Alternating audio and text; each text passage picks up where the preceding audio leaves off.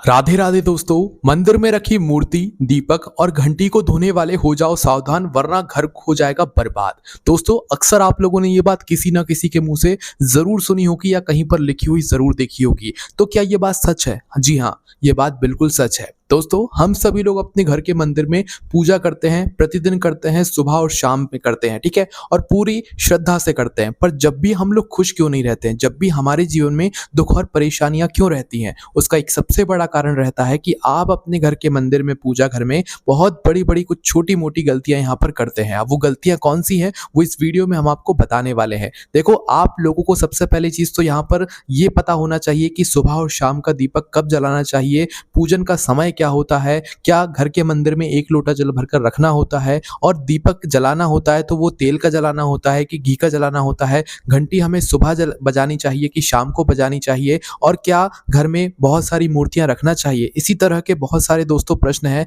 जिनका जवाब आपको इस वीडियो में यहाँ पर मिलने वाला है, और यहीं पर आप सभी लोगों में से ज्यादातर लोग गलतियां करते हैं जिनको आपको आज से ही यहाँ पर सुधार लेना है।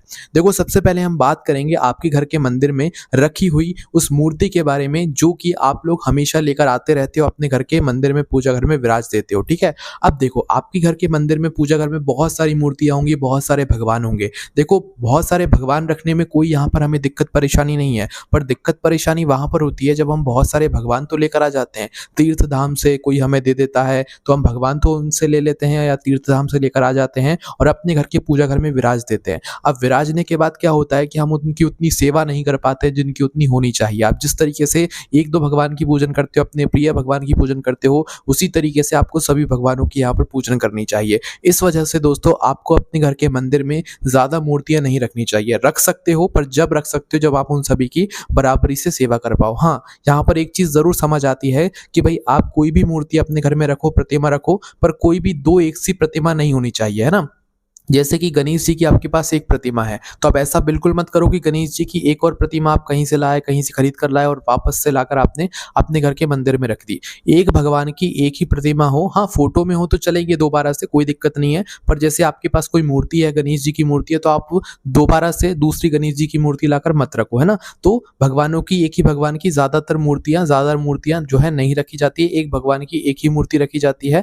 फिर ये जो नियम रहता है ये सही यहाँ पर रहता है। तो अगर आपके घर में भी बहुत ज्यादा आप लोग मूर्तियां रखते हो तो भाई इससे थोड़ा सा बंद कर दो, क्योंकि अगर आप इतनी सारी मूर्तियां भगवानों की रख रहे हो तो आप उन सभी की बराबरी से सेवा भी करो, ठीक है। तो इस बात का आप लोगों को ध्यान रखना है। तो पहली ये चीज हो गई। अब हम बात करते हैं आपके घर के मंदिर में रखे हुए एक लोटे जल के बारे में। अक्सर आपने लोगों के मुंह से सुना होगा कि भाई एक लोटा जल हमें अपने घर के पूजा घर में रखना चाहिए या नहीं रखना चाहिए। तो इसका जवाब है जी हाँ, बिल्कुल रखना चाहिए। आपने हर मंदिर के में भगवान की प्रतिमा के पास में एक लोटा जल भरा हुआ जरूर देखा होगा। बस फर्क ये होता है कि हम अपने घर के मंदिर में जो ये लोटा जल भर के रखते हैं वो बड़ा नहीं बल्कि छोटा सा लोटा या छोटे से पात्र में जल भर कर रखते हैं। वो जल दरअसल भगवानों के लिए होता है, भगवानों के पीने के लिए होता है। आप भले भगवान को मतलब भोजन वगैरह ना रखते हो, भोग वगैरह ना लगाते हो, पर आपको अपने घर के पूजा घर में भगवानों के लिए एक छोटे से पात्र में, एक छोटी सी कटोरी में शुद्ध जल भरकर प्रतिदिन रोज सुबह सुबह मतलब पूजा के बाद जरूर रख देना चाहिए भगवानों के पीने के लिए, ठीक है। तो जो लोग नहीं रखते हैं भाई वो लोग भी रखना शुरू कर दीजिए। एक छोटे से पात्र में, एक छोटी सी लुटिया में जल भरकर आपको अपने घर के पूजा घर में जरूर रख देना चाहिए। वो पात्र बड़ा नहीं होना चाहिए, क्योंकि घर के मंदिर में हम ज्यादा बड़ी मूर्ति या मतलब ज्यादा बड़ा जो पात्र रहता है या लोटा रहता है वो नहीं रख सकते, वरना जगह बहुत चली जाती है। तो इसलिए छोटे से पात्र में आप जल भरकर रख सकते हैं, ठीक है। इस जल को रखने से क्या होता है कि हमारे घर में एक मतलब कोई तनाव नहीं रहता है, एक सकारात्मकता ऊर्जा जो है हमेशा बनी रहती है अगर आपके घर के पूजा घर में भी एक लोटा जल यहाँ पर भरा हुआ होता है। और इससे एक फायदा और होता है कि आपके घर के मंदिर में जितनी भी भगवानों की मूर्तियां होती हैं वो हमेशा आप जब उनको देखोगे तो भी उनका चेहरा जो है वो खिला रहेगा, वो आपको हंसते हुए यहाँ पर नजर आएंगे, ठीक है। जब आपके घर में एक लोटा, पूजा घर में एक लोटा जल भरकर आप लोग रखोगे, चाहे छोटे से ही पात्र में क्यों ना रखो, ठीक है। इसके बाद में दोस्तों, सुबह और शाम की जो मतलब दीपक लगाने का समय होता है, पूजन का समय होता है, वो क्या होता है। तो देखो, पूजन का समय एक निश्चित होता है। पूजन आपको हमेशा समय पर ही करनी चाहिए। सुबह की पूजन जितना जल्दी हो सकता है सूर्योदय के बाद आपको कर लेनी चाहिए। इसके बाद में जो शाम के समय की पूजन होती है, अगर सुबह लेट भी हो जाते हो तो 7-8 बजे तक आपकी पूजन हो जानी चाहिए, दिया बाती लग जाना चाहिए।